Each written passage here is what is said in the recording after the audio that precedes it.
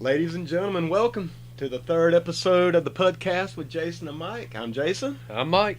And we're here coming to you live from the PUD studio located in downtown, beautiful downtown Lincolnton, North Carolina, here at Game Swap.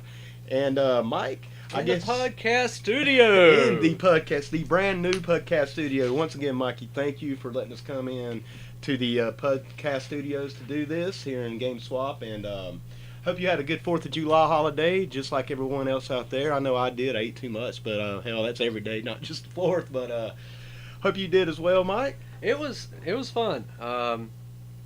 It was a lot different than anything I've done before because we were in the parade this year. Oh, that's right. For the Comic-Con. That's right. That was definitely different. I mean, it was very cool. It was very hot and very muggy, and oh my god, the wait. Just once you started getting going down Main Street and around the Court Square down to the school, it was fun. You know, that was the great part. The waiting was the worst part. Right. You know, because we got there at 7. You know, to do the lineup, and the parade didn't start till 8:30. Okay, right. So you're just sitting there in that muggy weather, waiting. Time's slowing down. Yeah, we're all just sweating. Oh man, and no, it was a lot of fun. We wound up being a lot of people must have gotten there at like 6 o'clock. So, right. You know, I'm just wondering, you know, I'm imagining they're just sweating it out. You know, they're just drenched. Right. Anybody in front of us, but we were close to the back, and we weren't far behind. Luckily, there was a couple entries between us and I don't know if you know Alan Hole. Oh man! Now some of our listeners maybe. Well, I mean, we have 10. Not. Yeah. And I know at least 8 are from Lincoln, yeah, so exactly. You probably do. But Mike, if you'd like to maybe give a little, history lesson. Alan Hole is a very, very outspoken, very controversial,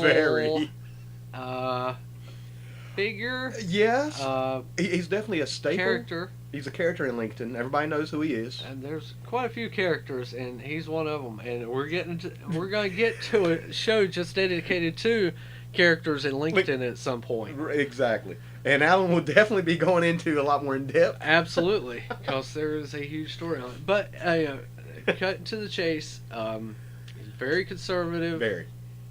Maybe very religious. Very religious. Maybe over. Oh, he's far right. He's a little over the edge, in my opinion, and my views and my belief system. If this Space Force program takes off, I'm going to say he's going to be. Because I'm going to say he's probably going to be commander. Oh boy, he's going to be commander of Space Force.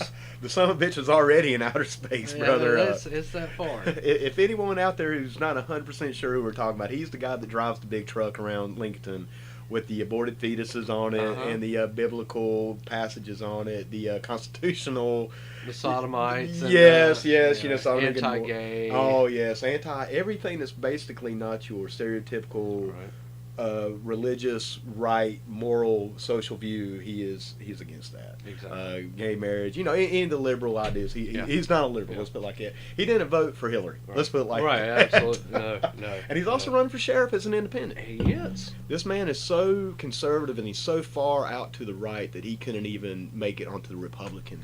I mean, well, see, that was the thing. But it's crazy like a fox. Hey man, stranger shit's happened. You had 6 people in that Republican spot. Who's on the ballot? On the ballot. And who's going to be on the ballot coming up in November? Alan Hole. He is going to be on the ballot. The only independent. Yeah, exactly. And stranger shit has happened, man. Brother, we live in strange times. Absolutely. I know we've discussed maybe not going too deep into politics on this show. Well, definitely don't want to do that. Because, my God, there's enough of that out there. But me and you talked in our personal life. As we've seen over these last 2 years, anything absolutely can happen. Yeah, don't count out. Never say never. Never say never. Never say never. And, but hopefully, our choice for sheriff will win. Or, basically, my choice for sheriff is anybody but Alan. Right. Yeah. And I will go that far into my political viewpoints. I do not want Alan Hole winning this sheriff. Yeah, that would be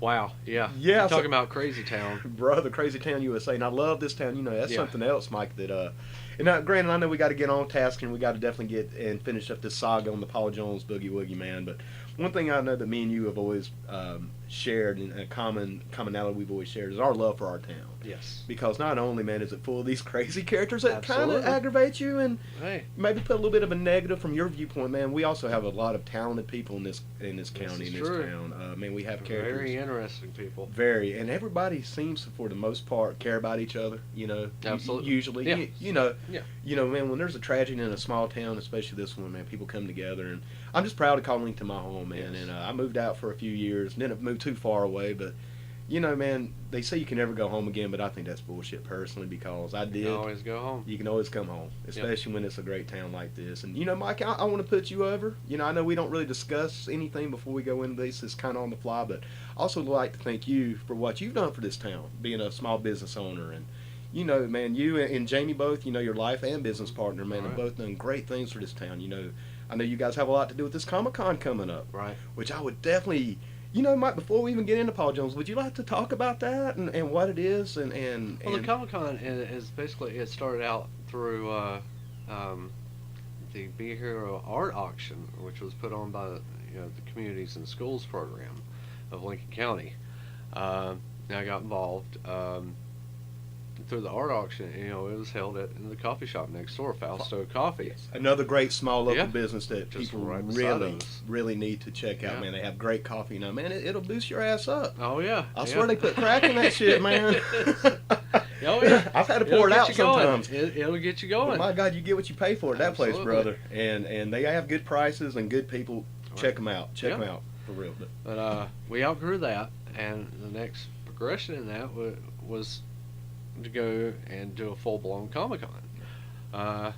And we tested the waters with that last year at the Citizen Center, Right. just over here in downtown.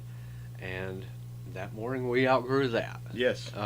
So this year, we moved it to the high school, Right. and more likely we'll probably outgrow that, but Yeah. other than that, unless you're talking about an outdoor event, which is not going to happen, yeah, I mean, this is it. This is the big one. Yes, and I'm gonna tell you the truth, Mike. You know, I don't get out a whole lot myself. I'm really not. I do enjoy Comic-Con culture and the cosplay culture and things like this. I don't necessarily participate. I've always enjoyed it. But I went last year, and I'm not gonna lie, Mike. I'm gonna be completely honest. So as we're here, I didn't have the highest of expectations. Right. Yeah. You- a you- lot of you- people did. Right. And I'm like, I went and picked up a mutual friend of ours who lives out of town. I said, hey, we'll go for a couple hours. Well, I'm sure it'll be fun. Mike will be there. We'll have a great time, regardless. We'll just putt around. We'll putt around. We'll putt around. Absolutely. And, And that was the plan. Well, brother, we were shocked. I walked in, I think at about 15 minutes after it started, and it was packed. And Right. brother, it was enthusiasm. Yeah. Everybody was into it. It was tremendous. I had a tremendous time last year, and I am really chomping at the bit to get out there this year. And now, Mike, correct me if I'm wrong, but the date's the 21st, July 21st. July 21st, Saturday, 10 a.m. till 5 p.m. Right, and it's $5 to get in. $5 to get in. Kids 12 and under free. I mean, man, come on. know. What's Yeah, better than that's that? the And thing, and all the proceeds, from the booth rentals to the tickets at the door, everything that's raised is going straight to the Communities and School of Lincoln County. See, once again, Mike, and that's just to circle back around my original point, man. What you guys are doing as small business owners for the community, Right. not only because of the charitable, or the charity that it goes to, but just to give the people around this town and in surrounding towns something to do all day long, That's man. the thing, just bringing new stuff into town and Yes. just new exciting stuff. Cool stuff. Get people into it. Get Yeah. people into downtown again, Ex- like it used to be. Like it used to be. When we were coming oh up, my God. that's where the place to be, man. You know? You could drop somebody off, uptown, you'd find a ride back home, but that was all night long. Yeah. And like I said, Mike, thank you for that, man. Thank you, GameSwap, for that. And Absolutely. if you haven't checked it out, if you didn't get a chance to check it out last year, definitely come by. I'll be there. Mike will be there. The Puds will be there. Absolutely. And we want our other Puds to be Put there as around, well. yeah. Well, Mike, I guess the Pud Nation. The Pud Nation, Pud brother. Nation, hopefully coming in. But going back to that, Alan, real quick. Oh yeah. 2 entries behind us, man. He is 3 deep. He's got his whole force of trucks out there, and he is 3 deep behind us. American flags everywhere. Man, oh my god! Oh, it was a sight, but it was a lot of fun. I had a lot of fun with it, and I definitely just hope it's a little cooler next time. Well, Mike, speaking of July the 4th and the holiday, this was a good segue to get back into our subject for this week, which is the third part of our saga. This is a trilogy. This is a saga. And I think it was, in my opinion, the perfect way to kick off the podcast, to start this whole thing. But, July the 4th was also back in '86, around the time the bashes were happening. And I know a huge part. Oh, that was, yeah. I mean, man, July, August. That was a summer thing to do. It was. It was an event. It was a tour. It was a rock and roll tour. Yeah. And we had wrestling, and we had NASCAR. Around here, that was it, man. '86. Maybe you had the Charlotte Knights. No. But even then, that's right. That's right. But the O's at the time. That's right. Yeah. But that was it. That was it. I mean, we didn't have football. We didn't have the Hornets yet. No, we didn't have the Hornets. The Panthers were years away. Yeah. I mean, years. A decade. Away. A decade. A decade away. Yes, sir. And like I said, the Hornets, they weren't quite a decade, but they were still I think the Hornets were about 2 years away at that point. Yeah. Yeah, that sounds about right. So, Jim Crockett Promotions and NASCAR truly, and like I said, the Knights, you can kind of maybe, or, maybe count them, maybe not, But really, as far as it was the closest thing. It was the closest thing to a profession or to a sports. A pro team that we had. Right, that wasn't wrestling or motorsports. Right. So I guess you could say almost a legitimate competitive. Yeah. I mean, I consider motorsports to be competitive, but it's motorsports. Right. So, this going into the bashes of '86, and I know we did talk about this. This is kind of where we started ending last week's show, which I think is a perfect place to pick up. But this was kind of, in my opinion, the climax of the war. This was the peak. This was the peak. It didn't necessarily end. No. But it was the bomb. Yeah. Oh, absolutely. It was the atomic. Yeah. I mean, and you had going that was a huge thing on both sides. Right. Like we talked about last time, it was 2 big shots in the war on each side. Right.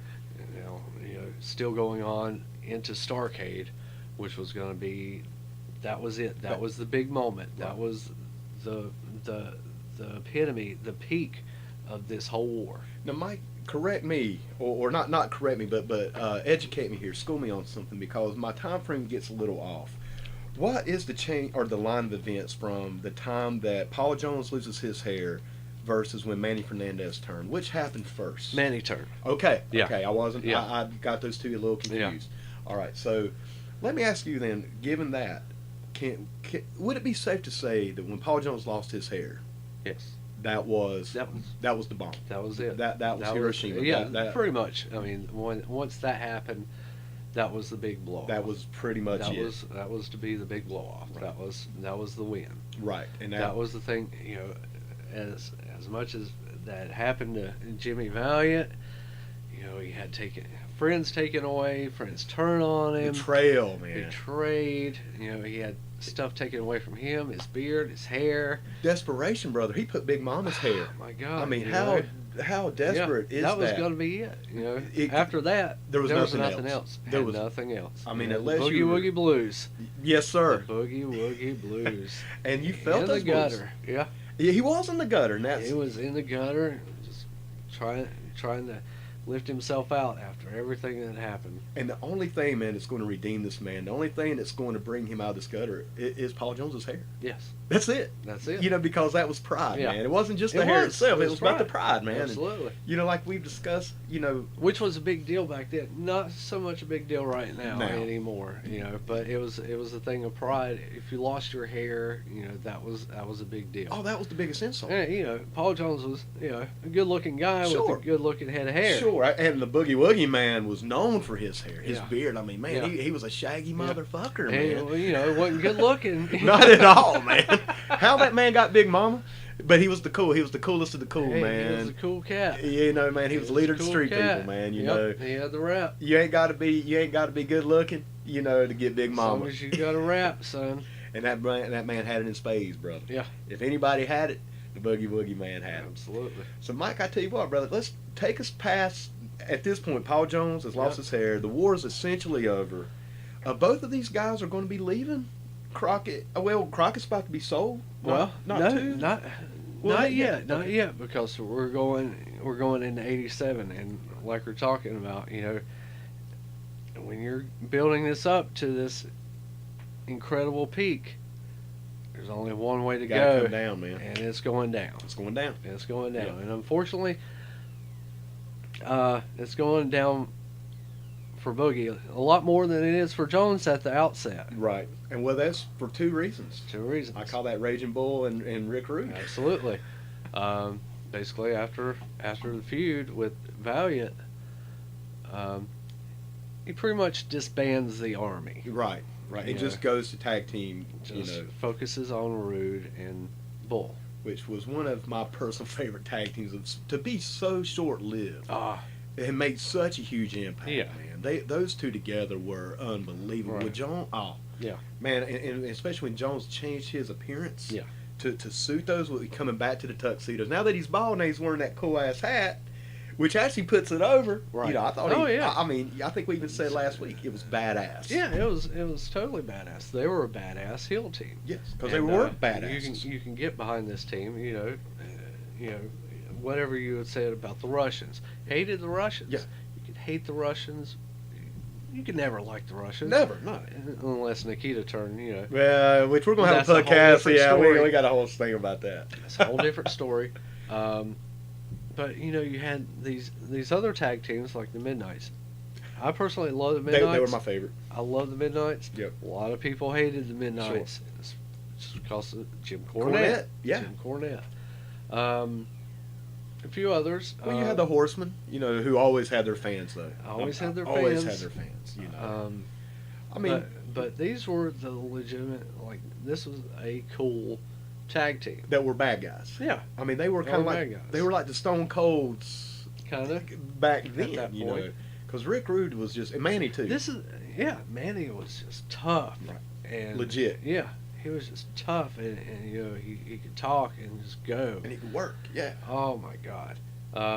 But this was a team. You know, they go right in the outset against the Rock and Rolls, who were tag team champions, and you knew that they were going to just run over the Rock and Roll Right. Express. But it was still crazy when they Yeah. beat them. Yeah. I Oh yeah, it remember was a coming. big surprise. I came off the floor because Yeah. obviously I'd be on the floor to watch wrestling. I couldn't be on the couch. Yeah, I was no, too no, far away. Yeah, it was, I was directly on in the front of the Uh-huh. television. And brother, when Rick Rude pinned, I believe it was Ricky Morton, if I'm not mistaken. I believe so. But I know Rick Rude took because he pulled the tights. Right. And he got that 3 count. Oh, I'll never forget. Yeah. That's one of those moments from my childhood. Yeah. That I came off the floor like, what the F? You know. Yeah. And it wasn't a dusty finish either. No, it was clean. Well, Well, it I would wasn't say- clean, It wasn't but- clean, but there was no schmoz at the end No. where they reversed the decision, It, which would happen a lot. it was a win. It was Yeah. right. It was Yeah. a legit win. The they referee. took the titles. Right. And that was big. And this was a team, you know, you always had like the Midnights and the Rock and Roll. Right. You never knew who was going to go. At one given point or another, either team could win. do it. Exactly. Now with Rude and Bull, this was a team now that was okay. These guys could probably go against the Road Warriors.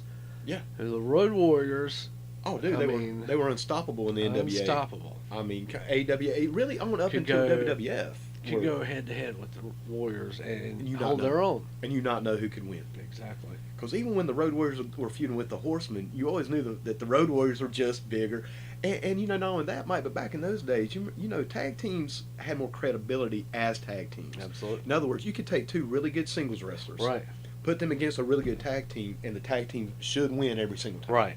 You know, because Yeah. that was their specialty. That's what they did. Now, Absolutely. you take Bobby Eaton and put him against Dusty Rhodes, and man, we know who's going to win that one. Right. Which he should. Yeah. But you put Dusty and Magnum against the Midnights, well, the Midnights will probably get over because they are a better unit. They are a better team, and it's Yeah. two completely different styles. Right. You know, which I miss that. Just Yeah. just another Oh, yeah. another thing I miss about that old school wrestling logic Yeah, and psychology. you got the team. The team is used to being, and it was definitely different with Rude and Bull because you had these strong singles, Very, yes. and all of a sudden they come in and it just clicks. Yeah. For some reason, it just clicks. And because they And had it that wasn't chemistry. it wasn't like with Dusty and Bull. Right. When they were tag team champions. Yes. When they won the titles from Koloff and Kernodle. Right. Bull and Dusty as a team was kind of thrown together, It was maybe. kind of thrown together, kind of strange. Sure. And It was over. Hey, they were lacking in the tag team department Right. at that time. And They you- really were. And both especially Dusty, once again, we could call the podcast the Dusty Rose Appreciation, because Right. I love Dusty, but you could put anybody with Dusty or Manny, for Yeah, that matter, exactly. and it would got over it, especially at that particular time. Yeah. And Mike, I want to touch on Rick Rude just real quick, because this was right when Rick Rude was coming in.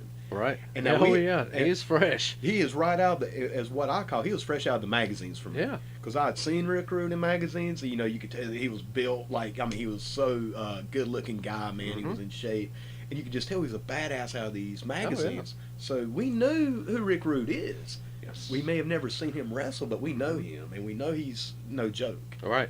And, man, you put him right in the mix with that. Oh, yeah. Man, it was explosive. Exactly. Where do you go from there as far as That's as it. Boogie Woogie Man? Right. Where can you go from that? Speaking of which, let's start talking a little bit about where does the Boogie Woogie Man go? Well, here's something that is interesting. Speaking of tag teams, because Boogie gets himself involved in a tag team situation Is this with another new tag team coming in. Are you talking about the ones from the future? The Future. I thought that was a great tag team. I never, even as a kid, I was like, come on, I know you guys. The only They thing came to Jim Crockett Promotions What via. year? This was '87. No, I mean, what year were they from? Oh my God.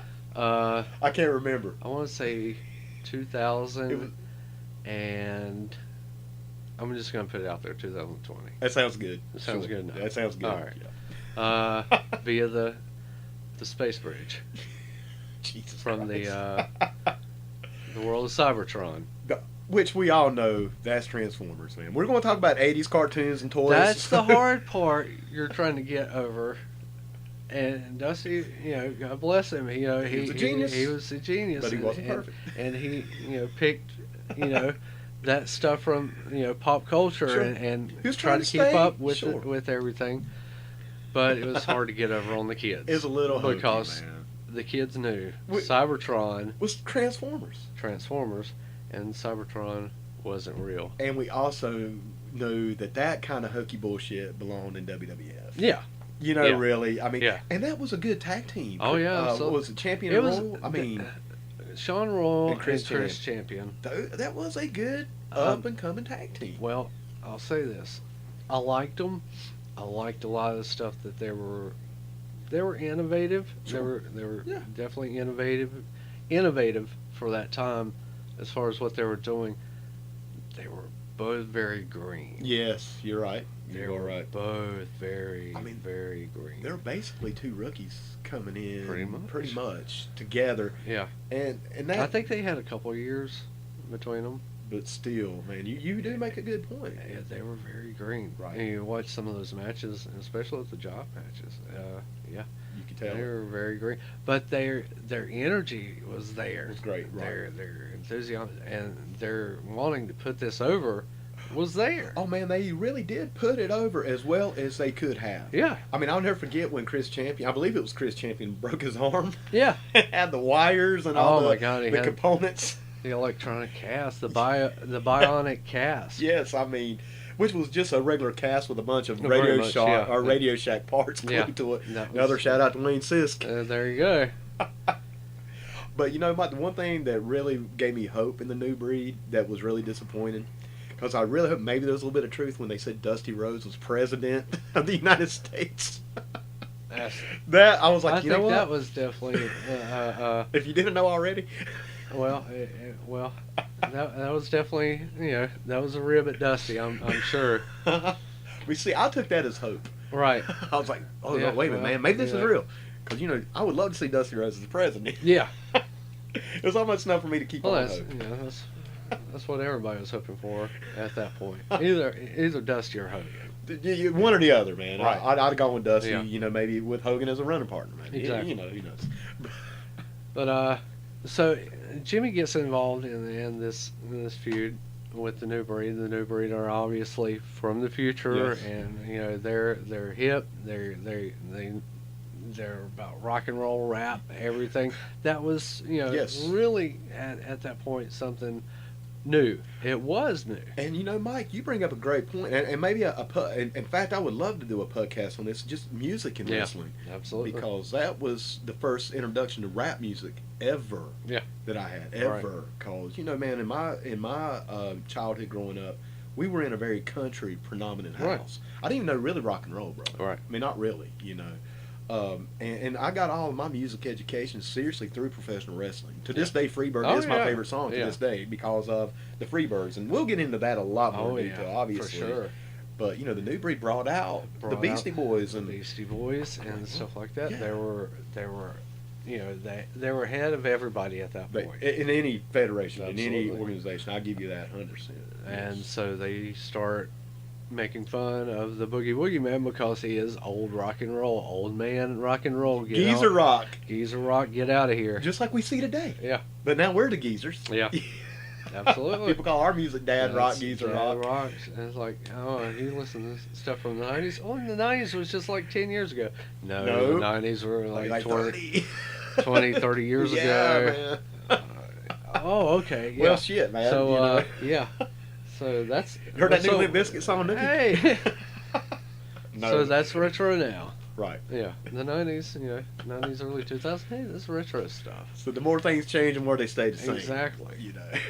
But So, I mean, and I was thinking about this the other day. When I hear people talk, and it's usually a younger crowd, talk about, old school wrestling. I'm thinking, Mid-Atlantic, Yeah, old sure. WWE, Yeah. 80s WWF. Yeah. No, they're talking about The- Steve the Austin. Attitude Era. The Attitude Era. Yeah. Steve Austin. No and The shit. Rock, NWO. Yeah. Classic old school wrestling now is... Is the Attitude Era. Dude, it makes me feel so old because I work with a friend of mine I work with. She came up during, she's younger, she's in her 20s, and she's like, yeah, I like the old school stuff, like Stone Cold and The Rock. I'm like, Jesus, man, I was Yeah. Well, if I was drinking, or if I was of age to drink and party when something was going on, and I'm like, Jesus, man, I remember getting a 6-pack or a 12-pack and watching Monday Night Raw, me, you, and Chauncey and a bunch of others, and God, man, really, are we that fucking old? Yeah. And we are. Yeah. Yeah. Just like the It's Boogie been- Woogie It's Man been was. that long, man. Yes. But yeah, they go into a hot feud. But here's the thing. Jimmy's got no partner. Oh, boy, then here's probably going to be one of our first big disagreements on the podcast because I know where we're going. Jimmy's got no partner. He's had a lot of people turn into him. He needs somebody he can trust. Exactly. Maybe But not. it can't be Dusty. Dusty's in his hot feud now. Because he's got. Well, I think that was about the time with Lex Luger, maybe? No, not yet. Not yet? quite. Okay. He's still in that big feud with the Horsemen. Flair. Sure. The Tully, Andersons. Anderson. Tully made mostly, too. Yeah, mostly Tully because that was a That was blood a- feud. Yeah, that was another good one. Can't be Manny. Manny's already turned. Pez is Pez already is gone turned. at this point, I Pez, think, right? No, Pez is still He's around. still around, but he's still around. He's kind of venturing on to another tag team, which we may get to later. That's right, yes. Um, Jimmy has nobody, No, so he has to look elsewhere. elsewhere. And I mean, I'm talking like not on Earth, Right. brother. And see now, like I said, me and you we've discussed this for 25 years.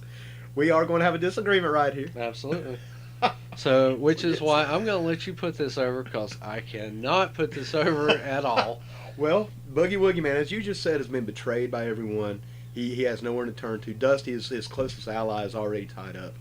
No one on Earth can truly be the Boogie Woogie Man's partner, man. Because, let's face it, man, the Boogie Woogie Man was barely from Earth anyway. So he had to look outside the solar system. And he brings in my opinion, one of the absolute coolest gimmicks of all time. One of my all-time, honest to God, swear, hand to God, one of my favorite wrestlers from childhood. He goes out of the universe, brother, the solar system. He goes to the stars beyond and brings back Lazor Tron, people. That's right, Lazor Tron with a Z, spelled with a Z, not an S. Get that shit right, people. Now let me go ahead and clarify this. Lazor Tron is spelt with a Z. It is. But there's probably about 3 Z's in the middle of that. Now, come on. Now, the man could work, brother. Now, his style was that lucha. I mean, it's Hector. It's Hector. It's Hector Guerrero. It's Hector Guerrero in a silver outfit, okay, with antennas. With antennas, because he's With an alien. antennas. He's an alien. And a laser tag chest, and he's got the laser tag gun in a holster on his side. And a complete black face. Like, no holes for the eyes, because he's an alien, man. Oh, it's a mesh. It's face. a mesh. Yeah, Right, you right, can right. See through it, but nobody can see Can him. it, right. Well, see, now, Mike,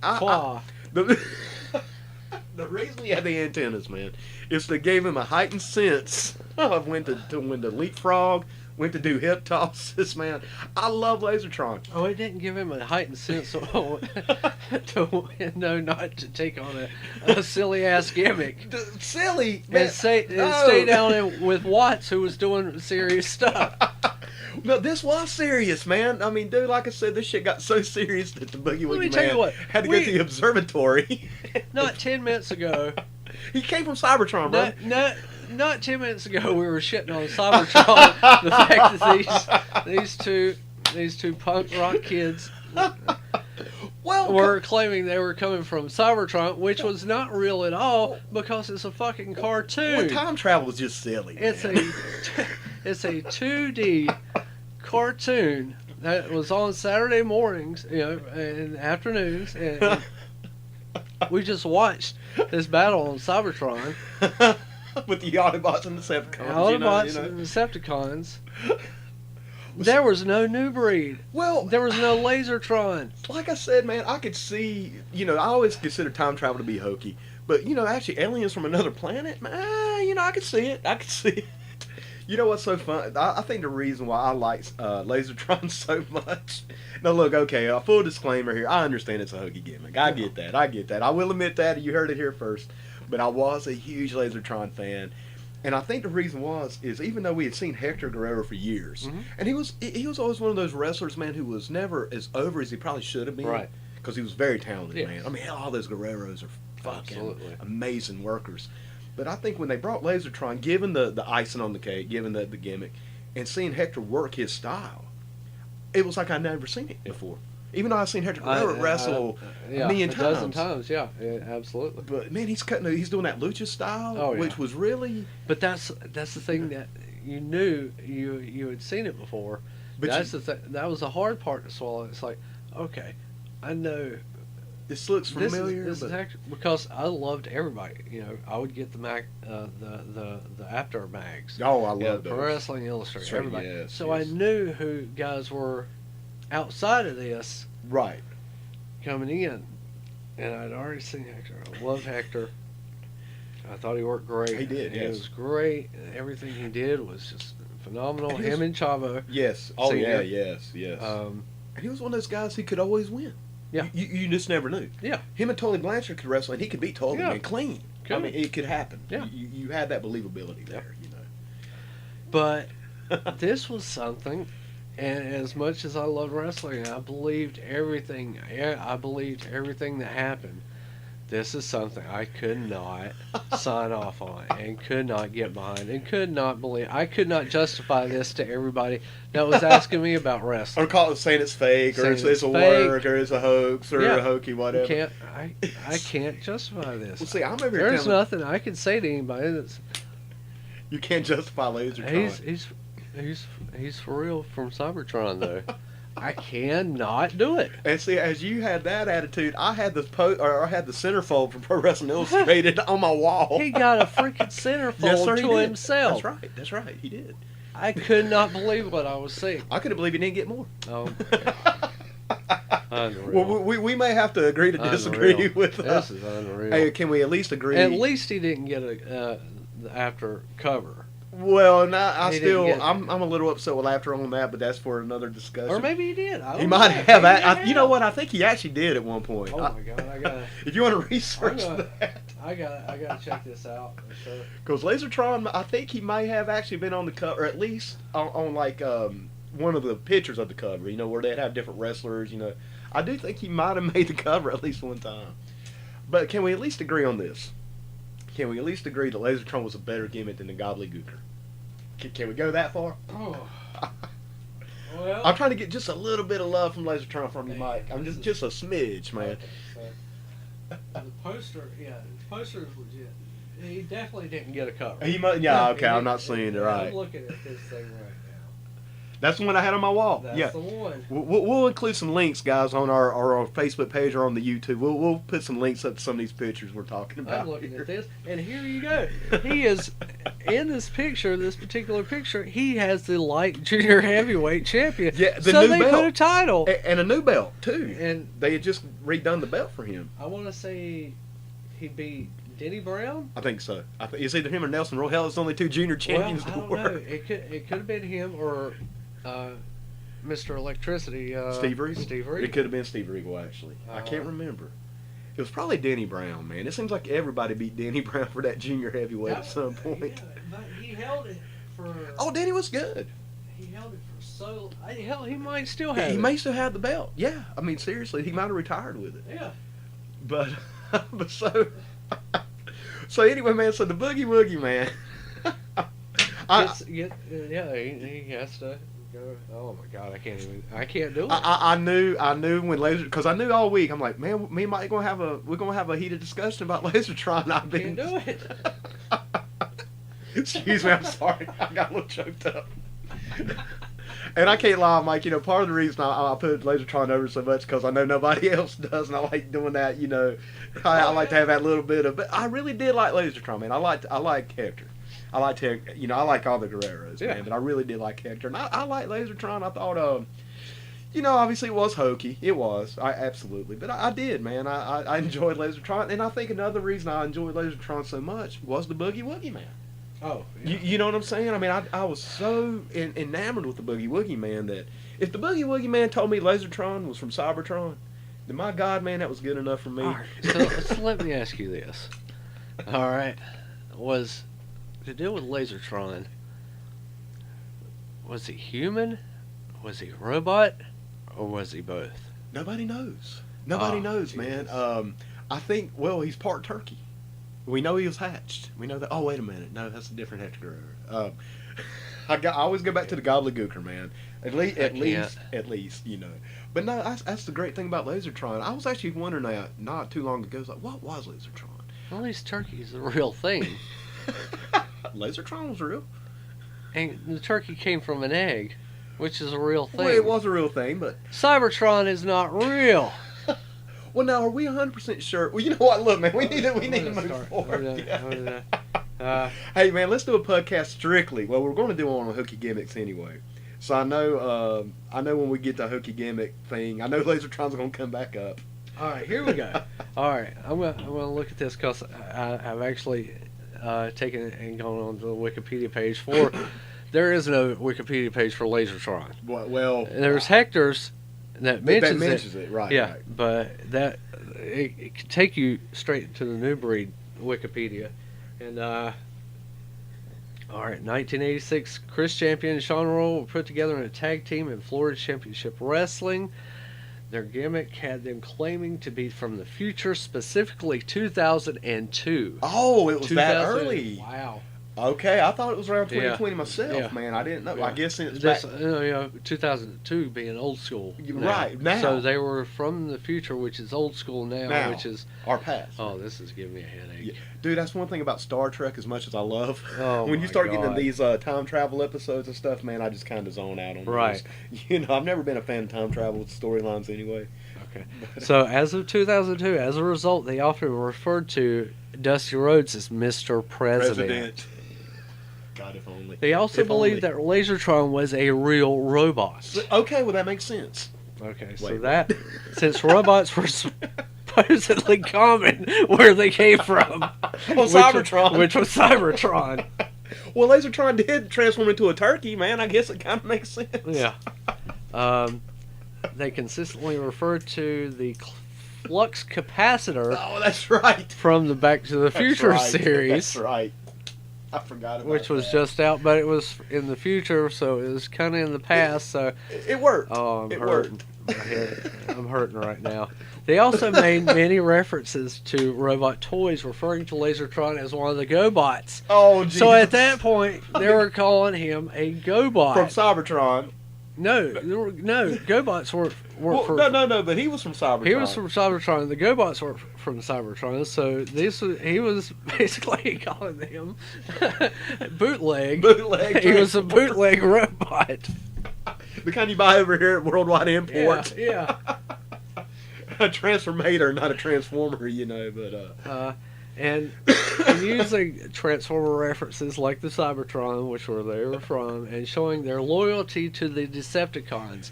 I remember them referencing the Decepticons on a promo. I don't remember that at all. That was tough. That was tough to get through. It was tough to get through now, and it's tough to get through back then. Especially when you're a kid and you want to believe. You want to believe in wrestling. You don't want to think that all this is bullshit. You want to think it's legit. Yeah. But, now, for a while, they were managed by a robot called XTC-1. I don't recall that. I don't either. I don't recall that at all. But let's look at that right quick. XTC-1. All right. XTC-1. I see where they're going. XTC-1. I get the name. Yeah. Which is probably what they were all on at the time. Right. Yeah, I don't remember that, man. That was, yeah. But I do remember liking them as a tag team, though. I did like. Yeah, I mean, them. they were fresh, and Yes. that was the thing. The music. But here's the thing: when they first debuted, you didn't know if these guys were heels or babyface. That's true. Because they came out, so solid. Yeah. They were acting like baby faces. Right. They worked that style, but they were really heels. They were really heels. Right. Which is also kind of weird that you're going to put a heel, or excuse me, that kind of gimmick with a heel too. Right. It's like I said, Dusty, man. I still think, especially if you're looking for a younger demographic. If That's you're true, looking yes. to get the younger people in, the girls in, the younger girls, that's the way to do it. Right. Making babies. Yeah.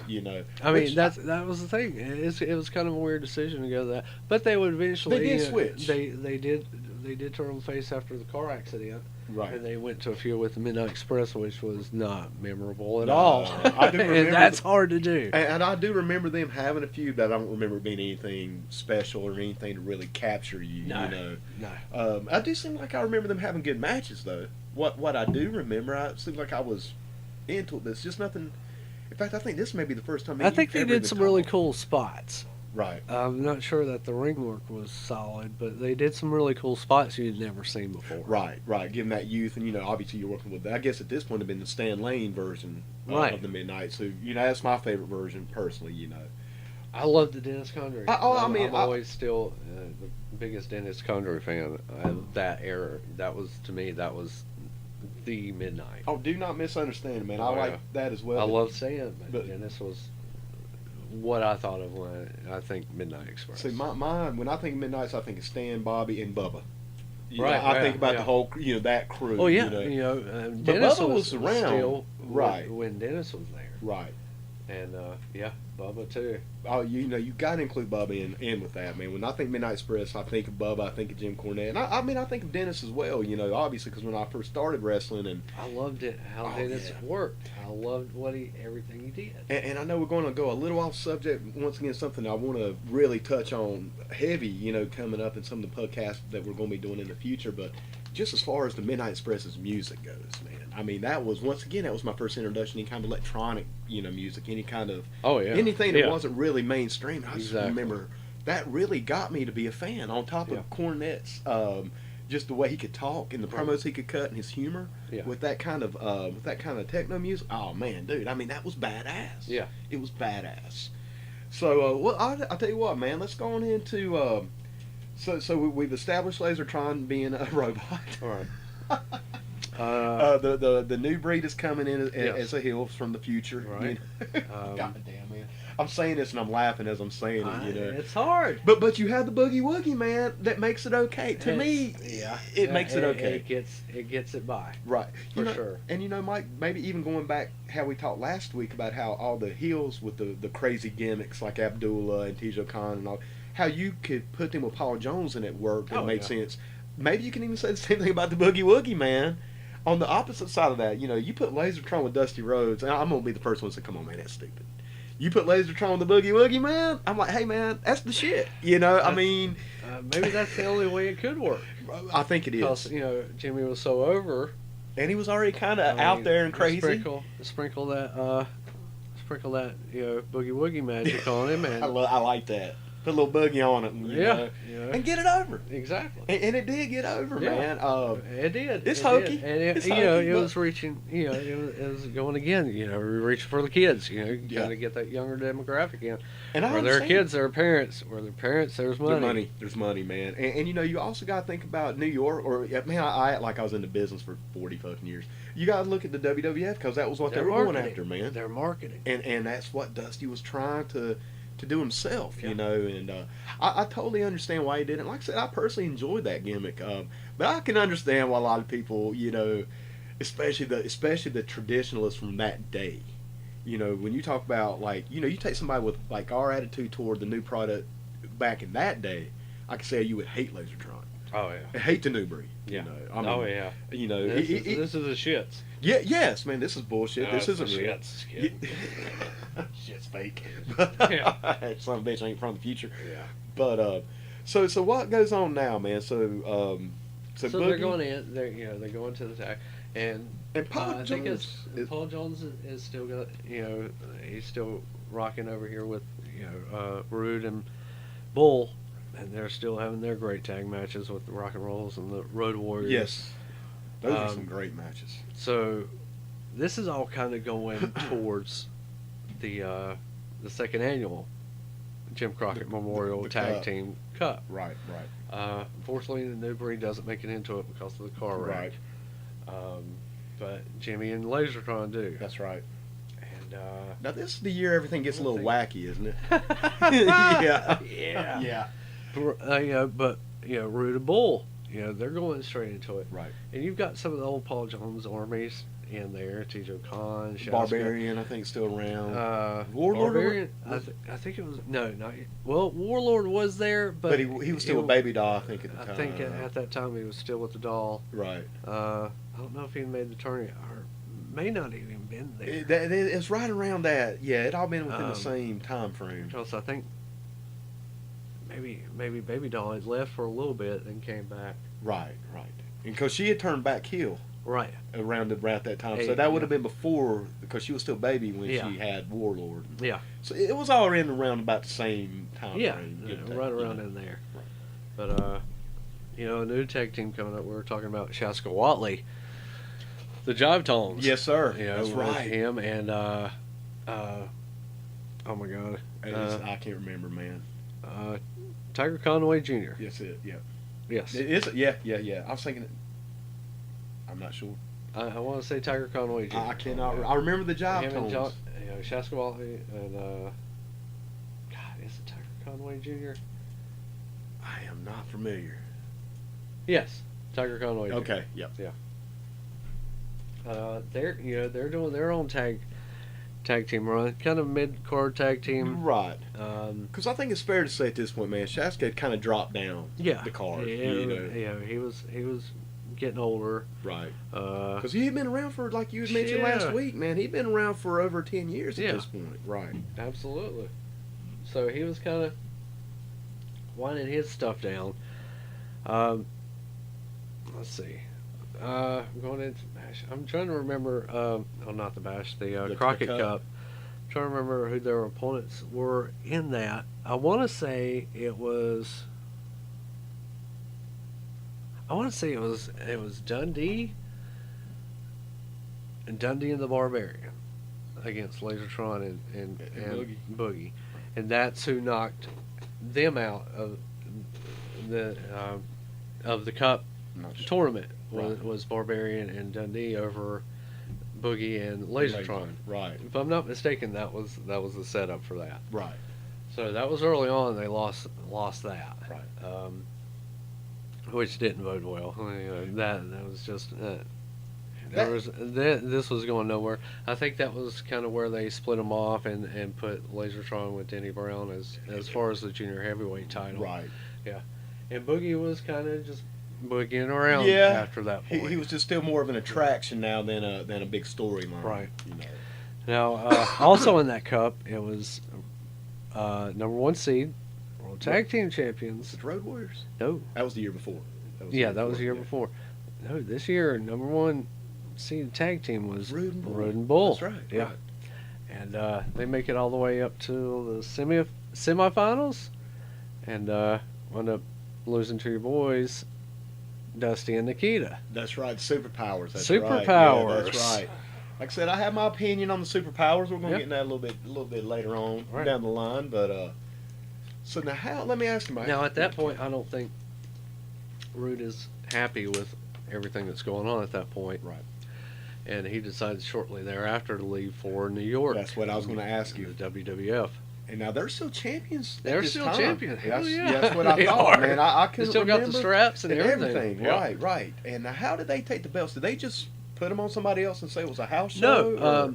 I think what they had done was take and substituted Ivan Koloff for Oh, that's right. Yeah, that was right. for Rude. That's For Rude. Yeah, Ivan did step in. Yeah, and they did the tag team switch there. That's right. I forget who He did. substituted for him, but they didn't have the tag team titles at that point. Because Rue took it with him. I don't want to say he took the titles with him, but they just didn't have the tag team titles for whatever reason Right. at that point. 'Cause I think he substituted and they went over on him, but for whatever reason they didn't know if he was coming back or whatever, so they didn't want to do a title switch if there was any indication that he was going to be coming back, or he Right. just left. Gone, right. Just gone. Because the way I understand it, man, he just up and left. Left, yeah. He got the Yeah. offer from Vince, and it's like, come on, and he Boom. did the right thing. Done. And he obviously did the right thing. Yeah. You know, I mean, superstar. yeah, and he Huge was, single superstar. and Rude was made for WWF. Mhm. I mean, he really, truly was. Absolutely. You know, Raging Bull, not so much. You know, I don't think I could see No. Manny in there. No. You know, It was like with Dick Slater.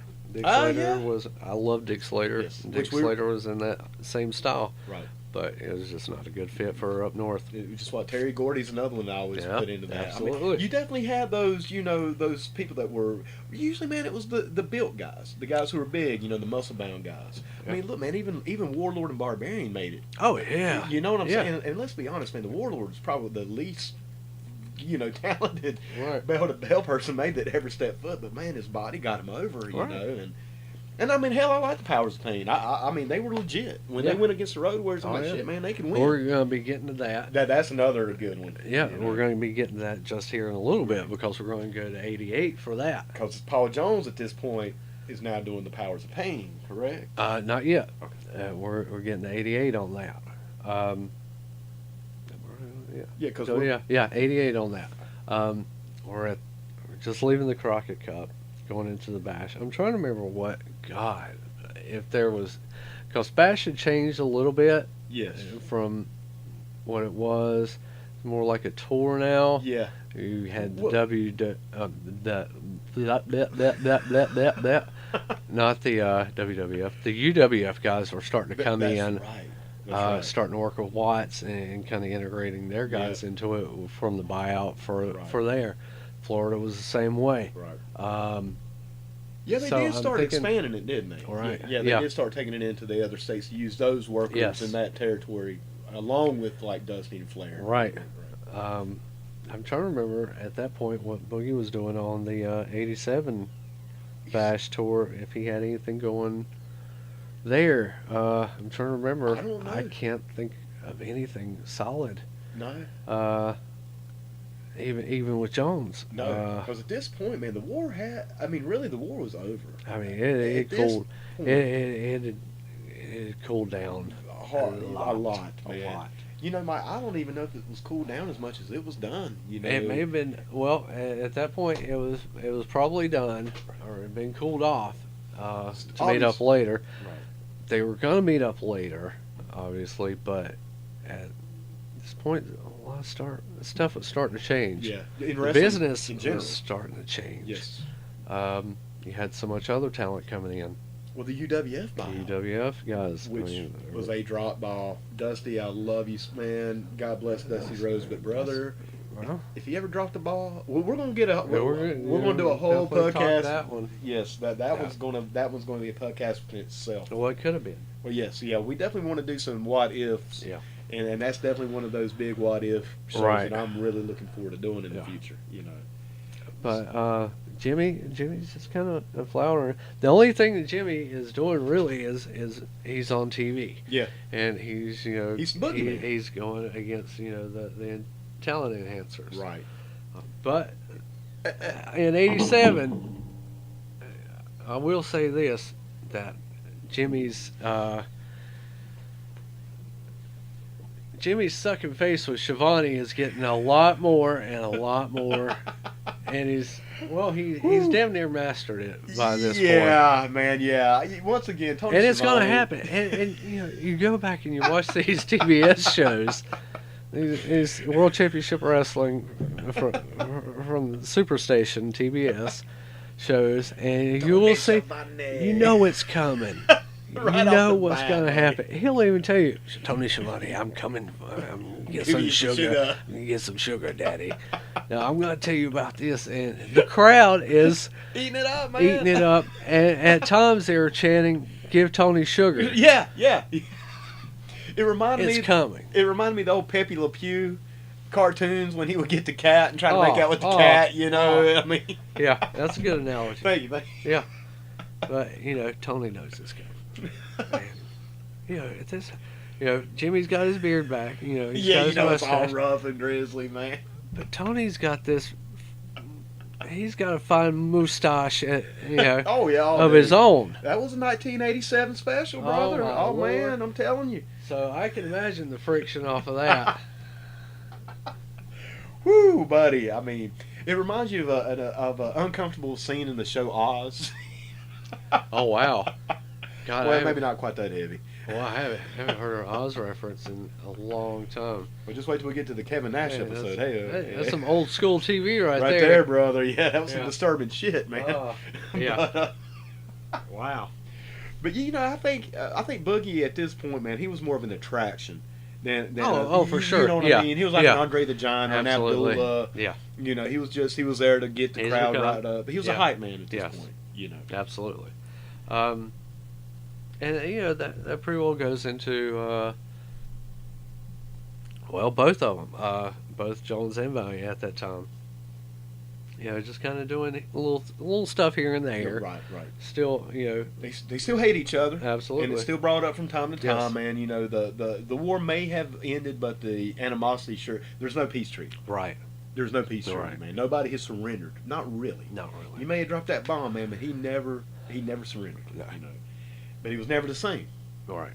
Just like Boogie really wasn't the same after Manny. Right. Boogie may have came back and dropped that last atomic bomb, man, but he was not the man he No. was in 1984. No. By the end of 1986 storyline, obviously kayfabe, Oh yeah. he was not the same man. But brother. it was a big run. Oh man, it was great. It was a big run. Like I said, man, this is why this is the perfect subject for us to start with because, man, we've discussed this for 25 years. Absolutely. That this is, in our opinion, I know I can speak for you now, man, that this is the best feud of all time in pro wrestling. I honestly believe it is definitely, I would say, if I were to write down a top 10, it's definitely on the top 10. Oh, I would say top I three. would say, I Easily. would even say probably pushing it to, just right off the top of my head. Because there's a lot. There's a lot of some feuds. great Top 5. Oh, Top 5. I'll put mine in the top three. Really? If not number one, man. And that's a big That's the number. thing. That's a It big is. number. It is. That is going through a lot. You're talking about the Rock and Roll's Midnight Express. Flair You're talking and about Dusty. Flair and Dusty. Flair and the The Horsemen. Bobby Heenan, Hulk Hogan. I That's- mean, that's a big one. I mean, we're not just Crockett here, Right, brother. yeah. We're everywhere, Yeah. man. I mean, we're doing all the, I look at Magnum and Nikita. Magnum and Tully. I mean, that was a great one, man. I mean, but I still, Nothing had, except for Dusty and Flair and Dusty and the Horsemen. Oh, even still. But those the had Dusty, belts. well, I mean, even with the Horsemen, it was only maybe a couple of years. Yeah, and even that, man. You know, you look back on that, wasn't and that we've long. talked about that. It wasn't that long. No, even though our memories make it seem like it was 4 or 5 Forever. years, it was only a year. Yeah. Or a year and a half, 2 years. 2 years, man. Yeah. But to me, man, when you have Dusty and Flair, because that was always, that one and the Paul Jones and Boogie's always going to kind of go back and forth with me because Flair and Dusty was so fucking good. Oh yeah. I mean, oh my God, Yeah. man! You talk about just two masters Yeah. in the game, man. But the thing, there was always a belt on the line. Right. It was always about Oh, bragging yeah, rights. yeah, So it was, yeah. I want that belt because I want to be Yeah. a champion.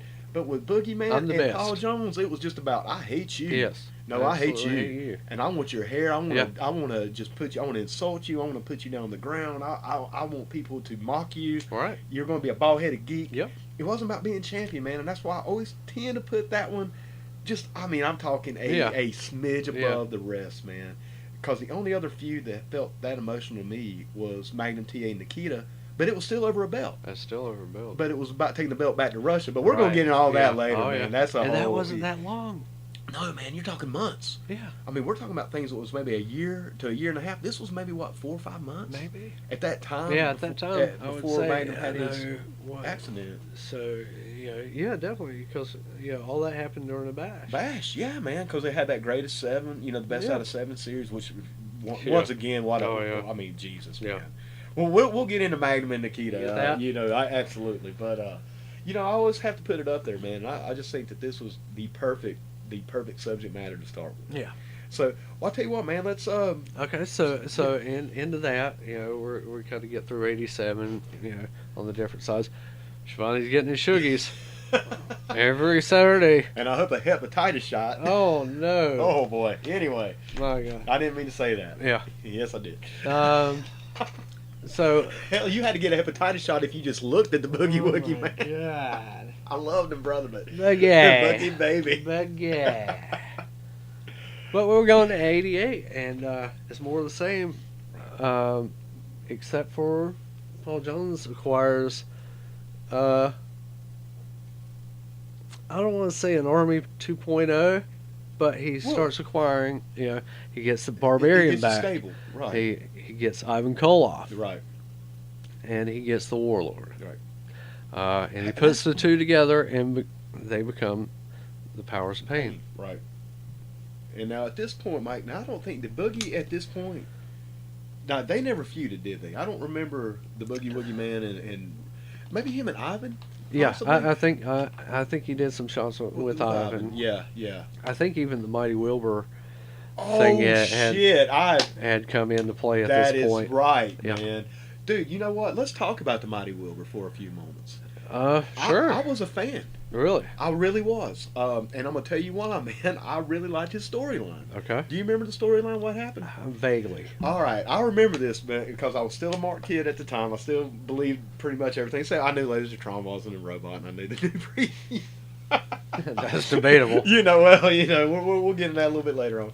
But I remember the Mighty Wilbur story because Paul Jones brought him in as a bad guy, but the Mighty Wilbur was a good guy. I mean, he was a nice man, and the story that he told was he was from Northern California, wine country. Uh-huh.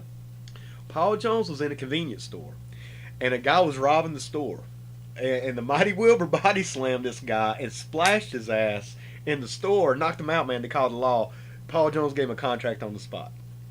But that's where to God, man. I'm over here like, oh shit, that really happened. So in my kid's mind, and I was probably an older kid, I was probably maybe even 12, maybe 12, 13 at this time. But anyway, I envisioned the Mighty Wilbur like literally splashing a guy in a gas station, stopping him from robbing the store. And I love that, man. I thought that, and it also showed Paul Jones being an asshole, because he's like, all right, I see talent in this guy, but I'm going to take him, this really good guy, and I'm going to make him cheat. I'm going to make him break the rules. I'm going to make him go against his own moral compass. Who do you think wrote that? I like to hope Dusty, man. I would like to think Dusty wrote that. I would like to think Dusty didn't have a hand in that at Did that you not point. like that? Oh man, I'm thinking Dusty's on his way out, and he's throwing, isn't it? just throwing shit up against the wall, and I like the going, Mighty ha ha Wilbur. ha! Look at that. Maybe That's we what could you just got. say- That's what you have to work with when I leave. Shit, man, don't tell that, because see now you're gonna make me have this bad image of the Mighty Wilbur. I think it was an outdated gimmick. You think so? He's a farmer, right? That's true. Yeah, he was. Yeah, overalls. You look like He did. Haystacks Calhoun. Kind of have that even Hillbilly Jim Yeah, sort of gimmick going on.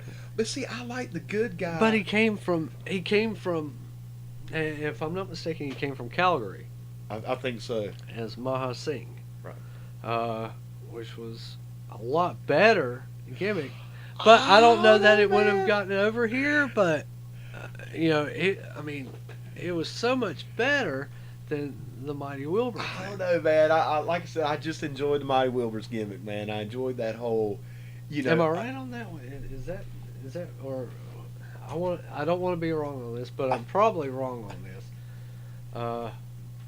Oh my gosh, I may be getting him mixed up with Norman Lunatic. Hell, think dude, that's I may what be it too. is. Actually, man. Hell, No, well, no. No, are they the Norman, same? No, they're not the same They're person. not the same person. They're not. Holy shit, man! As y'all can tell, pudsters.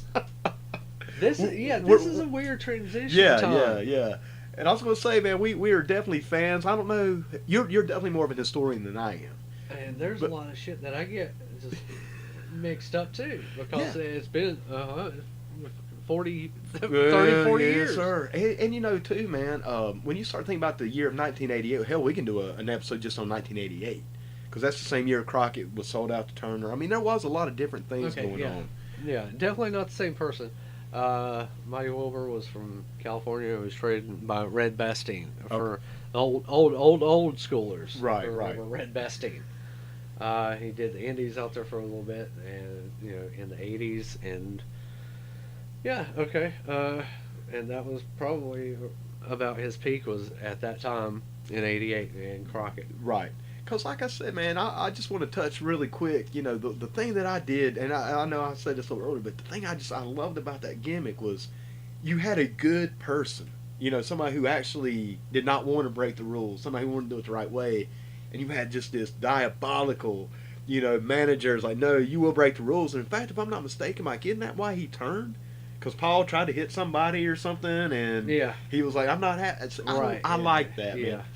And Mike, before I forget, something He was simple. That was the thing. He was a simple guy. Yeah, he wore his overalls. Kind of got taken advantage. He got taken, yes, man, which made Paul Jones even a bigger dickhead. Right. Yeah. And he was a huge guy. The Mighty Wilbur was a big, intimidating hoss. Right. He was a huge guy, but he was nice, man. He would go shake hands, and Paul Jones would get mad at him and slap the hands away. Now, and I'm looking at.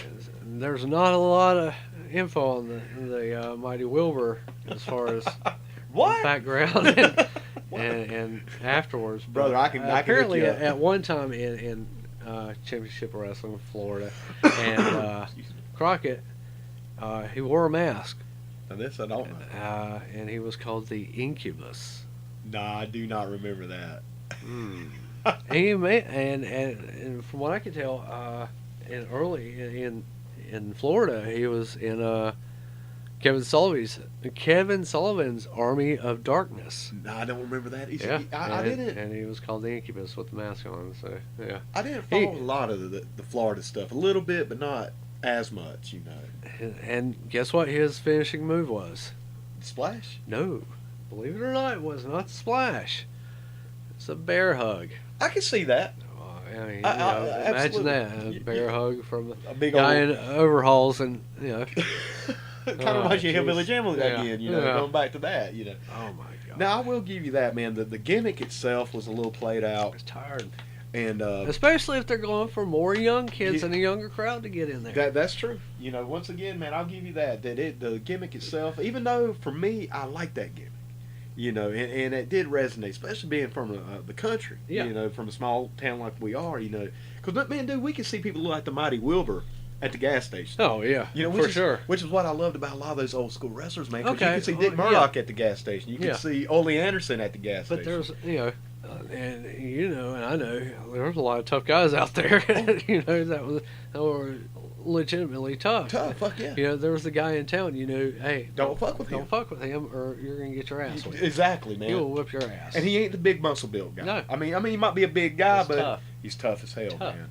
I always look at somebody, and that's why I know we're going to talk about scary characters coming up, and just a quick little spoiler. You know, one of my all-time scariest wrestlers was Dick Murdoch, Captain Redneck, when he went heel. Yeah. I know, me and you've discussed this a little bit because, man, I believed it. Right. Like I really Yeah. believed. You know, I'll tell this. I'm not going to go into the story now. I want to say this for when we do the podcast, but I have a personal experience with Captain Redneck Dick Murdoch that to this day, man, I can remember the fear I had. Mhm. You know, so this man, when he looked at you like he was going to kill you, Oh, you yeah. really thought he was going to kill, because I think he would, like in real life, Right. man. You know, Well, you know, I told you I had the same experience at a show in West Lincoln. You know, it was 85. Actually, I'm looking at the oh hell yeah, yeah, there it is. the actual poster from that show is May 28th, 1985. There's a TV taping Crockett did. They did worldwide and Mid-Atlantic TV taping. I'll never forget it. I was about on the third row on the very end where the aisles was. We were out on the heel side, and the heels came in on that side. I'll never forget it. I'm looking to see who's coming down through there, and it's Nikita and Ivan Koloff. And I actually make eye contact with Ivan Koloff, and that is the most scared I've ever been. Yes, sir. My dad was right beside me, and my dad was a big dad. Yeah, sure, yeah, Yeah, yes. he was a big dude. Yes, he was.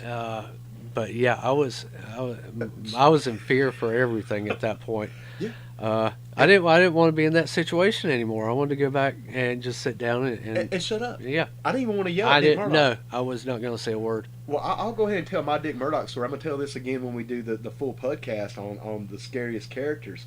But this was right when he turned against Dusty, and you just didn't do that, Yeah. man. In my world, you Yeah. turn against Dusty Rhodes, man. Yeah. You're an enemy to me, Yeah. you know. So I went out. I mean, it was West Lincoln. It was the same. In fact, I think it was maybe that show. It was that And show. that was the thing. It was that Yeah, show, And yes. set that up some more. He just didn't just turn on Dusty, but he joined up with the Koloffs. The Koloffs, yes. He turned his back on America. Yeah. On America, That, man. and that's the whole the whole ball of this emotion. Yeah, and because that was the American dream. Yeah. Well, man, he's wrestling. Actually, you have a poster from that match as well up here. I'm Right. looking on your wall. Yeah. It was Brad Armstrong versus Dick Murdoch From '87. from '87. Yes, sir. And man, I'll run up to Dick Murdoch. We catch eyes, and I called him a yellow egg sucking dog. Right. Because that's what Dusty Rhodes called me. He called him a yellow egg sucking dog. That's what I called him because I thought he was a yellow egg sucking dog from turning on Dusty. Yeah. Mike Payne, brother. Dick Murdoch looked at me. He didn't say a word. He did not say one word. He just looked at me. Mm.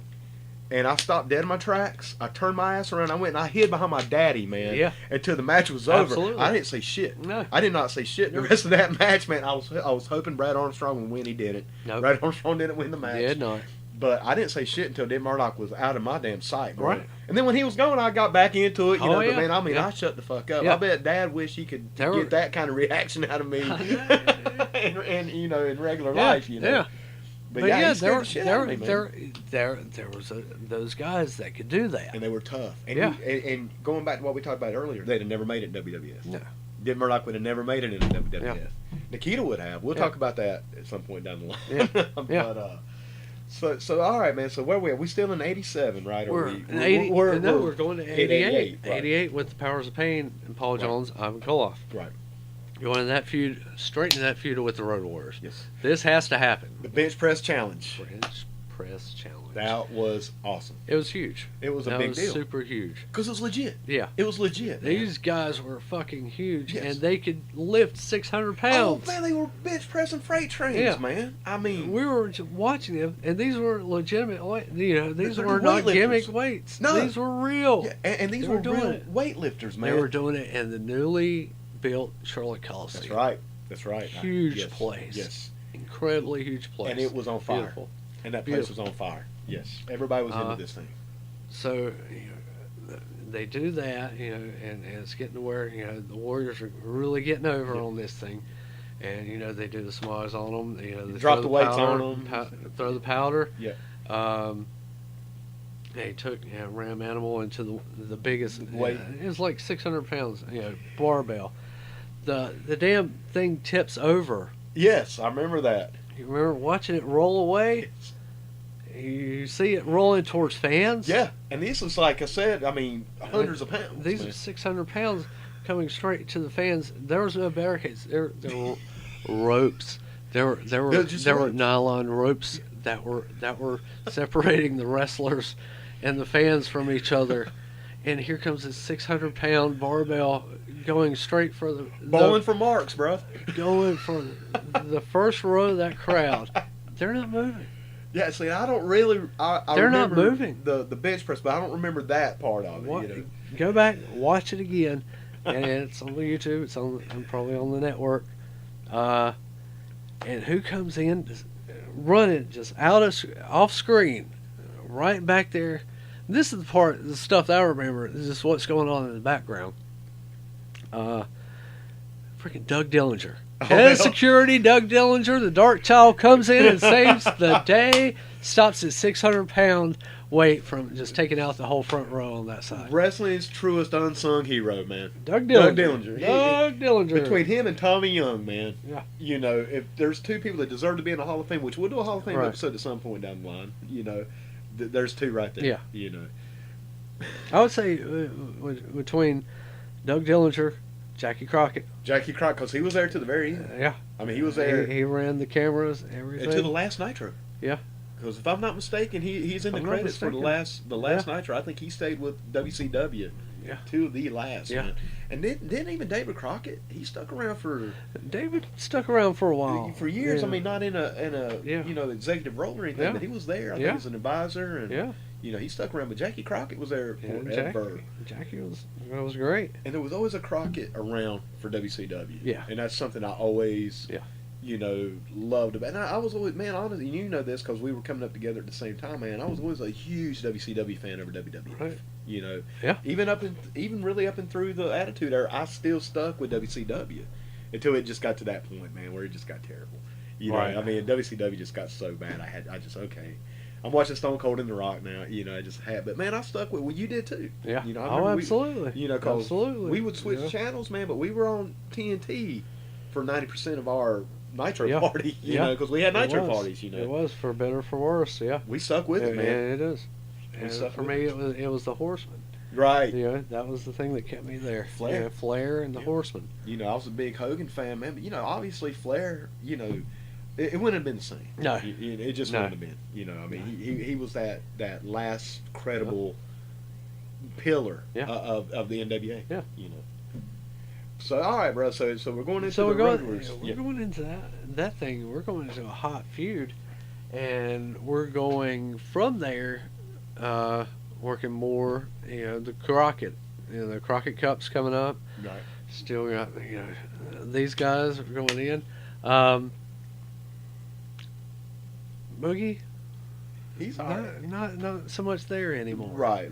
Not really there anymore. He just kind of fades out, man. He does. He's in and out a bunch, but 88, you're looking at this buyout. Right.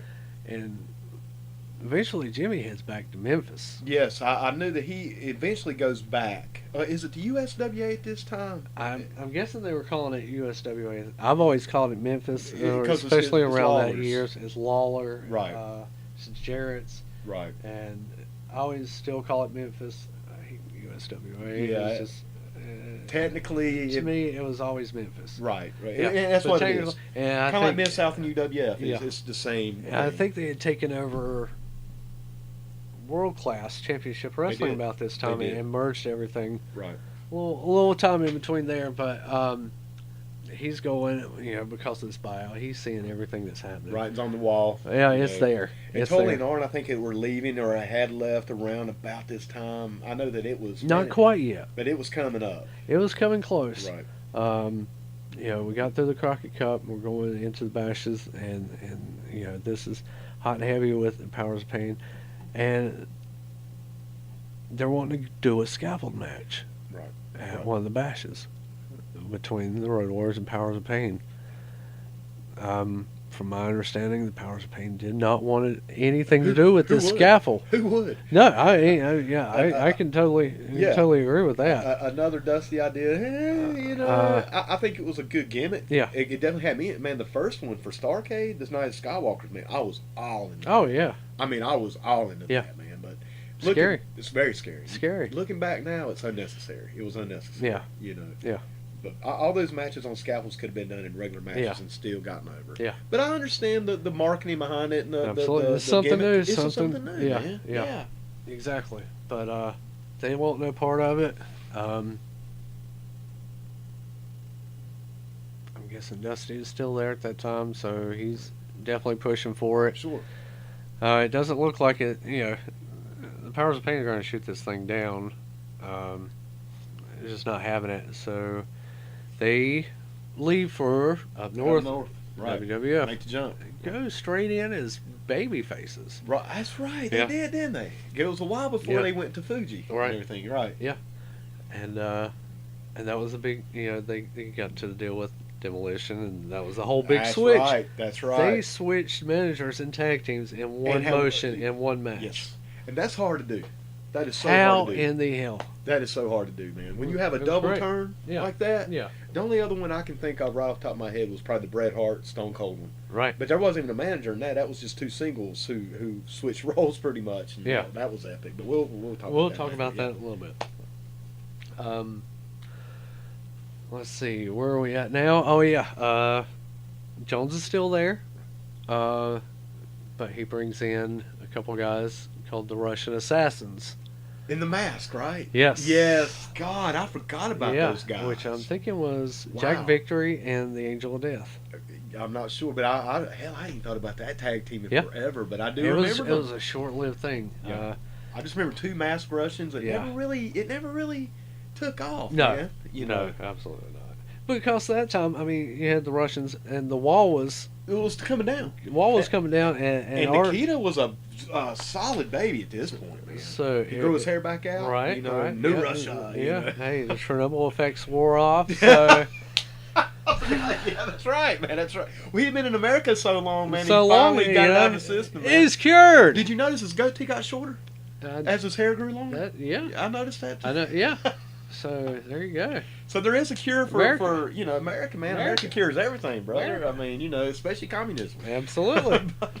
Which was gone by that Basically, point. yeah, So the it wall's was down. pointless. Right. It was just a pointless thing. And it was almost like, well, we don't know what else to do now, and Russia's been the enemy for so long. And Right. at that point in history, what a great point of history we got to live through. There was no real enemies Right. at that, because it's obviously Yeah. it's before 9/11. Obviously, Yes. you're talking over a decade away. Yeah. We're not close up on Desert Storm at no. that point. No, man, no. You still have a couple years before that's Right. going down. So And even Desert Storm was so. I mean, man, it was just a flash in the pan, Yeah. really. I mean, it was. But over they a were couple able to days. milk out, a great angle with, Hogan and Slaughter. Oh, absolutely. from man. that. Yes, they were. Yes. Which Right. perfect example. Yeah. Right. And we'll definitely get into some of that stuff, because I do want to kind of talk about world events and, Yes. and the society as it reflects wrestling. Because, man, that could be a 2 to 3 part episode in Yeah. itself. Just talk about communism versus Mhm. capitalism with Yes. Magnum TA versus Nikita. Going Absolutely. back to that. Absolutely. And the Sergeant Slaughter one, I think, is a great subject for that. Yeah. Going into that. But doesn't do well, and Ivan's still with him. Ivan, I think they haven't fallen out on TV, and who would have ever thought Ivan Koloff Little would turn babyface Little and baby. joins back up with Nikita Koloff to take on these Russian assassins. Yep. And right about that time is they, obviously they go over that this would be Ivan's kind of farewell. Swan song type. Yeah. Going out as a baby face, Yeah. going out, because he in real life was a tremendous human Yeah, being, man. absolutely. Ivan Koloff was one of the. Well, I never got to meet him. I mean, I met him like at signings and stuff, but I never Right. actually got to know him. But everybody that's ever known Ivan Koloff said he was one of the absolute greatest people. Absolutely. To walk in real life to ever walk the Absolutely. planet. And I know when I did see him those few times, he was Oh, yeah. just cool as he could be, Oh, man. yeah. And I think it's really cool to let a good, especially somebody who's done as much in the business as he did. Yeah. I mean, we're talking former WWF champion. He beat here. Bruno. That's what I'm saying, Nobody man. beat Bruno. Come on, man. I mean, that is a very exclusive club, brother. Yeah. Very exclusive. And just to let the man go out as a good guy with nephew Nikita. Yeah. And this That's was, awesome, and man. not a lot of people knew that this was going to be Nikita's kind of last. It was his Well, last run. I won't say last run. I'll say he was going on the way out also, but for different reasons. Right. Because of It was his wife. his wife. Yeah, that's right. Because his wife had an illness at that time, Yeah. and Cancer, if I'm not mistaken. Yes, I believe it was. I think so. Yeah, she unfortunately did pass away. She did. But he would later return Yes. in the WCW in the early '90s era. Right. let's see, and Jones, obviously seeing a lot that was going on. I think he became a road agent for a little while, and then I think went back to Florida and Georgia to do some independent work. Right. Worked around a little independent stuff like that. And remember, man, that they had that little promotion out of the Carolinas, Southeastern Wrestling. That's Southeastern. And Jones was a huge part of that, man. He actually came out of retirement to work some matches for that. Chris Chavis, who would later become Tatanka, was like the main headliners, man. Yeah. And that was actually really good stuff. And if I'm not mistaken, I think Bob Cottle even did commentary on some of that. Yeah, I mean that was pretty good stuff. They even had it was the old style. It was even in the old time slot. Right. I remember it was on at 11 o'clock Saturday mornings, man. And but I remember that was the last time I really truly remember Paul Jones being on television, and but I remember he was a huge part of that. Now, obviously, I think he was co-owner, behind the scenes. I think it may have been at that point. I think he had a stake in it. I think so. But later on in that, he would in and out, just a talent agent for WCW. And then he just retired from the business altogether. And just left and actually opened up a body shop in Charlotte. Yeah, that's right. He was there through the 90s and 2000s, and I think in midway 2000s maybe. I think he moved to Georgia, where he lived the rest of his life. And at that point, he was starting to really get into doing the conventions and getting out and talking to people. And unfortunately, he just, oh my gosh, how long has it been now? 2 months? About two months. Paul passed away. Yeah, and it was truly, and I know we talked about this in the other two episodes, but people just, obviously not all people. There's a group of people that understand how important Paul Jones was to professional wrestling in general. I think so. Especially this area. Around this area. Dude, he was, everybody calls it Flair Country, which it is. Yeah. But before it was Flair Country, it was Paul Jones Country. Yeah, it really was. Boogie Woogie and Paul Jones Country. Man. And they ruled. They ruled it. And I can look back when Paul Jones was a baby, and I discussed this with you, man. I'm not as familiar with that stuff, but I've gone back and learned about some of that stuff. Huge. Man. Absolutely huge. Wow. He was so over and he was so good. As a baby and a Yes, and as a manager. Yeah. That's the thing about Paul Jones. He definitely deserves his credit because he did it all, man. Yeah. And he did it all well. And he did it all. Not even well. Dude, saying he did it well is an understatement, man. He did it all in excellence. It was great. Yeah, he was excellent. Everything he did. Put over everything. Everything. Just so well. Charisma. Yeah. Work rate. Technical skill. Yeah. Talking on the microphone. Being like I said, man, when he took the Mighty Wilbur, and I know we disagree a little bit, but it was just a character. It's just a sign of his character and how he could put it over. Being such a dick. Oh yeah. I'm going to take this good, country boy, corn-fed country boy, and I'm gonna just make him I'm gonna make him mean, and I'm gonna make him cheat, and it's just once again, man, it's a testament. And then on the other side, you had the Boogie Woogie Man. Yeah. Who also worked the independent scenes. I got to meet Boogie. I think you met Boogie a couple times. Oh my God, what a character, man! It's him. It's him. Still. What you saw on television. I think he just got a little crazier. Yeah, I honest to God, man, he was a little bit more toned down in the 80s. Yeah. Think about that. I know. Think about that, man. Put that in perspective, man. He's actually wilder now. Yeah. Or at least when we saw him. Oh, yeah. And that's been about 15 years. Well, I'll say he was wilder then. Right. He may have calmed down a lot more now. In that time. Yeah, in between that time, but... Yeah, oh my God, what a character. Yeah, man. He was just but so still cool. loved it. Yeah, and he was so loved great, it. man. And like I said, Mike, I think I know I've said it a few times. I'm gonna say it one more time, man. Just to be able to talk about this feud with you. That was the thing. Really, that was the thing that sparked it. Was Paul Jones passing away. Yeah. And we were like, my God, that was the thing. That was the feud. That was it. Like I said, man. We can. And a lot of people shit on it. And I've said that before. A lot of people shit on this feud. I don't agree with that. Not at all. In fact, I know me and you've discussed in detail, and not even on the podcast, but personally, how we just can't understand the amount of shitting that people have done on this feud. Only thing I can think of, man, it was the traditional. You go look back at it. It drove business for Crockett and Dusty. Oh hell! It was. Right. It made them money. Like I said, man, I went back and I started watching some of the old videos, which I'm kind of on the fence about doing too much research because I like to have that mind from my memories from a child. Right. You know, because I think it puts it over a little bit more. In other words, I don't want to over research it. But going back in, watching some of the old pro shows and some of the worldwides, man, the Boogie Woogie Man, Paul Jones feud was either the headliner on these shows or they were the openers of these shows. Both are equally important. Man. You got to kick it off with a bang and you got to end it with a bang. Yeah. Shaska Whiteley, I'll go back to him, man. He was showcased so much on these shows. The Boogie Woogie Man was showcased heavily on these shows. Yeah. I mean, really, man, the Army, Paul Jones, the Boogie Woogie Man, and Manny Fernandez as well were... dude, the Manny Fernandez was, I think, on almost every Saturday morning show.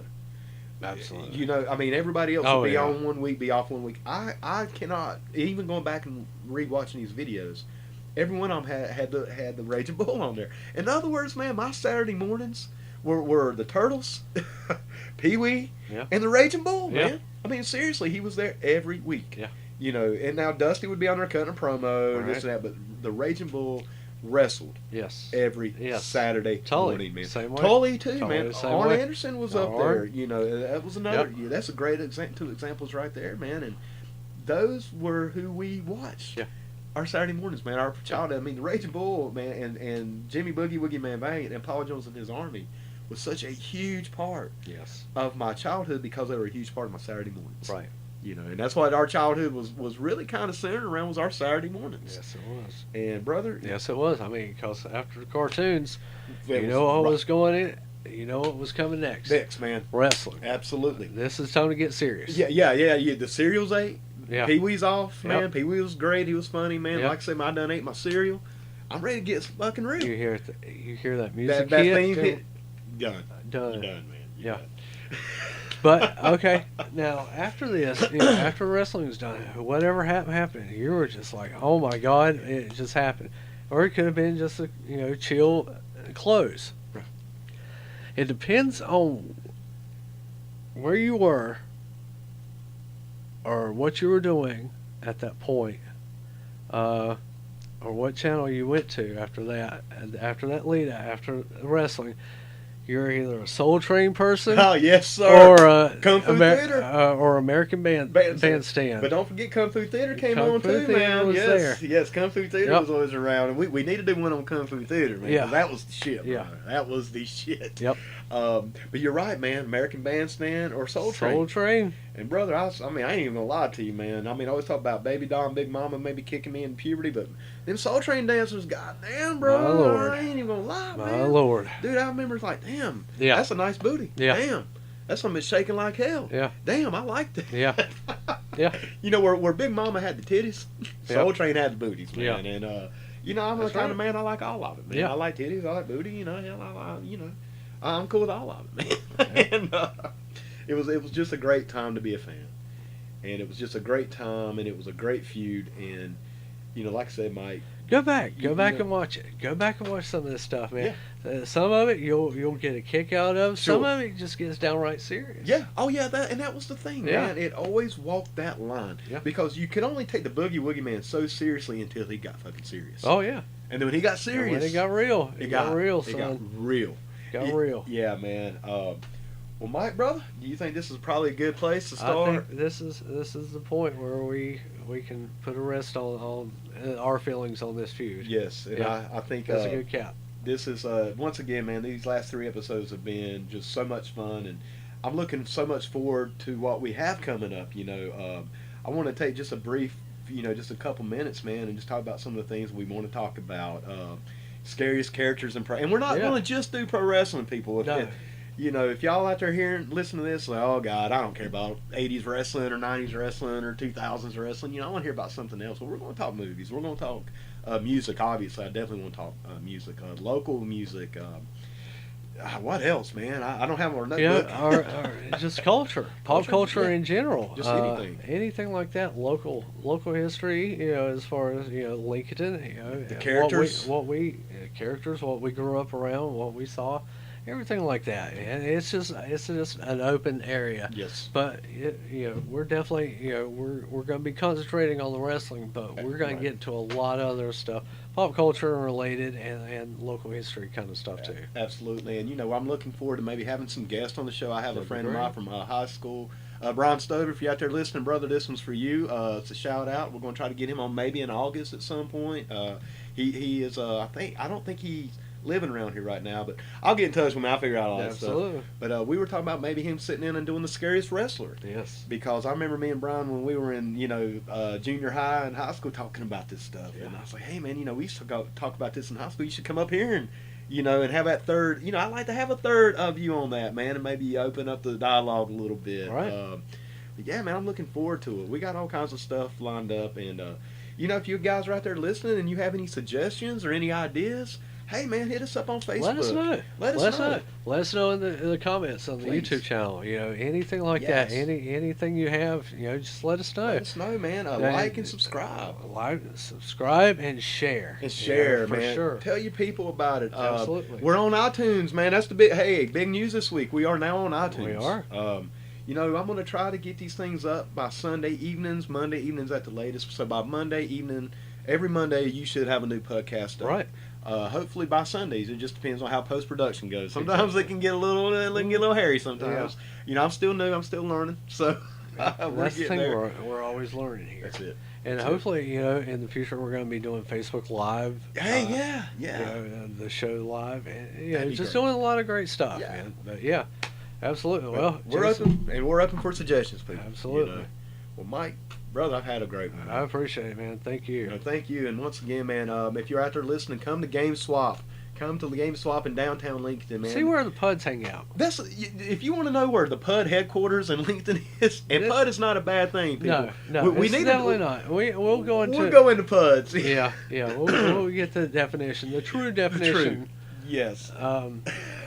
We'll get it out there for you. It's a little inside thing, but we want to bring it out and let everybody know. And hopefully it's going to become a part of your lexicon where you're going to use this a lot. Well, that's what we want, man, because we do. Yes. And it's definitely one of those terms, man. It can go either way. I mean, that's a PUD right there. Yeah. Oh man, what a PUD! It can go either way. And but if you're out there listening, thank you guys, and we appreciate it. We enjoy doing it, and we're just gonna keep on going on and upward, brother. Absolutely. That's where we're at. Always going forward. So yes, sir. There we go. All right. All right. Well, Mike, until next week. Absolutely. Y'all have a good one out there. PUDcast out. And not only that, David, I understand we're right at the end of our program. No. We have got to go. This has been a great event. There's some people out there that hate us for this.